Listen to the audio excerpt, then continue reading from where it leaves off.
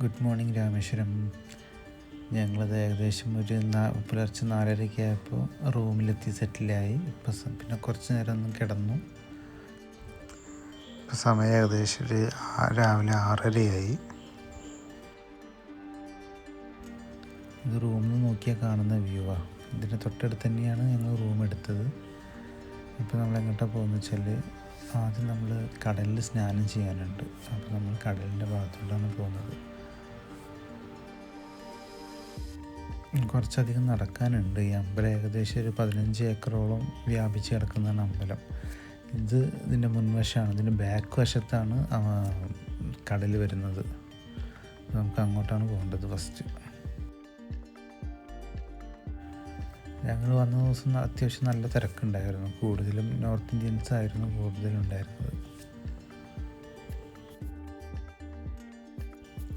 രാവിലത്തെ അവിടുത്തെ കാഴ്ച എന്ന് പറയുന്നത് നല്ല രസമാണ്. ഇതിൻ്റെ അടുത്ത് കൂടെ ഇങ്ങനെ ചുറ്റും ചെറിയ ചെറിയ ഊടുവഴികളുണ്ട്. അപ്പോൾ അതിൽ കൂടെ ഇങ്ങനെ പോയി നോക്കുമ്പോൾ നല്ല രസമാണ് കാണാൻ. പിന്നെ രാവിലെ അടുത്ത വീട്ടുകാർ കോലം വരയ്ക്കുന്നതും അതൊക്കെ കാണാൻ പറ്റിയ ഒരു പ്രത്യേക ഫീലാണ്.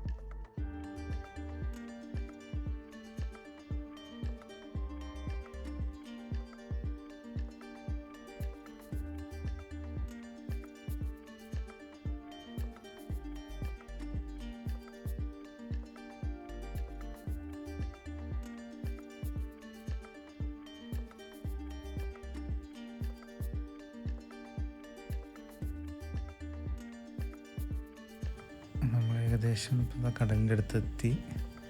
ഇനിയിപ്പോൾ നമുക്ക് എന്താ ചെയ്യാമെന്ന് വെച്ചാൽ, അവിടെയുള്ളൊരു പൂജാരിയെ കണ്ടുപിടിച്ചിട്ട്, കുറേ പൂജാരിമാരുണ്ട് അവിടെ. അപ്പോൾ ഒരാളെ കണ്ടുപിടിച്ച് നമുക്ക് എന്താണ് ചെയ്യാമെന്ന് വെച്ചാൽ അത് ആളോട് പറഞ്ഞിട്ട് എന്താണ് കാരണം വെച്ചാൽ അത് ചെയ്യണം. അപ്പോൾ അതൊന്നും ഞാൻ ഇതിൽ വീഡിയോയിൽ ഉൾപ്പെടുത്തുന്നില്ല.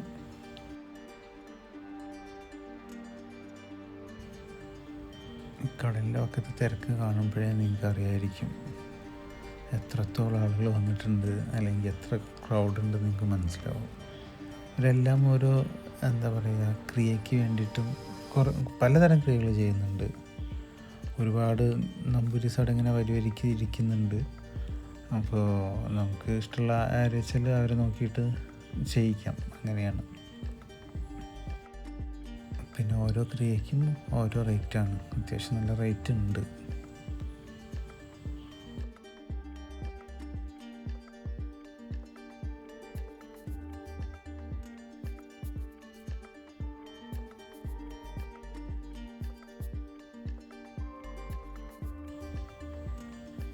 എല്ലാവരും സ്നാനം ചെയ്യാനുള്ളവരൊക്കെ കടലിലേക്ക് ഇറങ്ങിക്കൊണ്ടിരിക്കുകയാണ്. പിന്നെ ഞാനവിടെ കണ്ടിട്ടുള്ളത്, എല്ലാവരും ചെയ്യുന്ന കോമൺ ആയിട്ട് എല്ലാവരും കൂടെ ചെയ്യുന്ന കാര്യം എന്താ വെച്ചാൽ, ഈ കടലിൽ നിന്ന് എടുക്കുന്ന മണൽ കൊണ്ട് അവിടെ ശിവലിംഗം ഉണ്ടാക്കും. ശിവലിംഗം ഉണ്ടാക്കിയിട്ട് ആ ശിവലിംഗത്തെയാണ് പൂജിക്കുന്നതും പ്രാർത്ഥിക്കുന്നതും.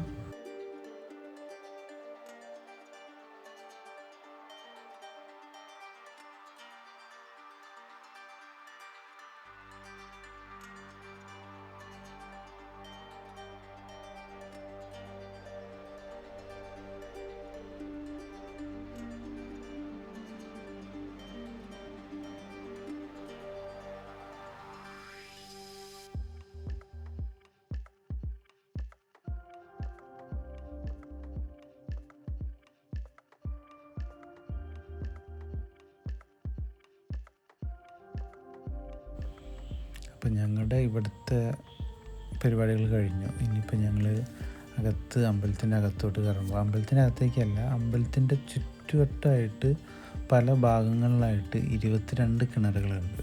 ആ 22 കിണറുകളിലും പല പേരുകളാണുള്ളത്, ഓരോന്നിനും ഓരോ പേരുണ്ട്. അപ്പോൾ ഇനി അതിൽ സ്നാനം ചെയ്യണം.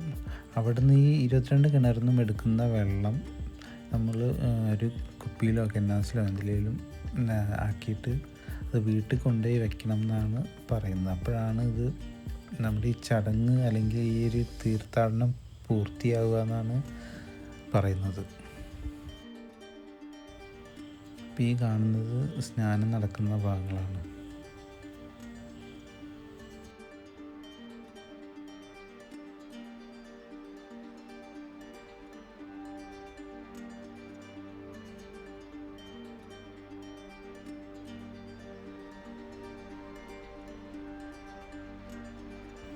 അപ്പം ഞങ്ങളുടെ സ്നാനം കഴിഞ്ഞു. ഇനിയിപ്പോൾ എന്താ വെച്ചാൽ പോയിട്ട് ഭക്ഷണം കഴിക്കണം, റൂം വീണം ഫ്രഷ് ആവണം, ഭക്ഷണം കഴിക്കണം.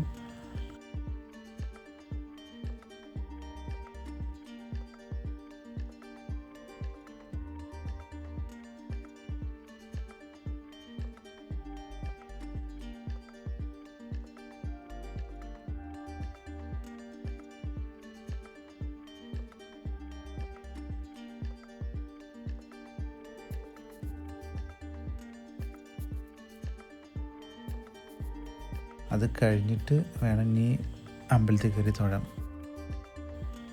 ഇനി ഞങ്ങൾ ഭക്ഷണം കഴിക്കാൻ കയറിയതാണ്. ശരവണ ഭവനിലാണ് കഴിക്കാൻ കയറിയത്.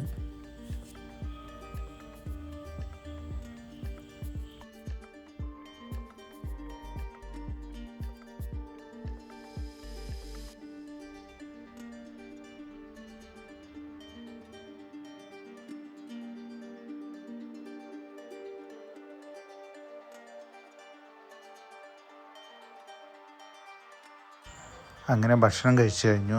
ഇനി അമ്പലത്തിലോട്ട് പോവുകയാണ്, തൊഴാൻ പോവുകയാണ്.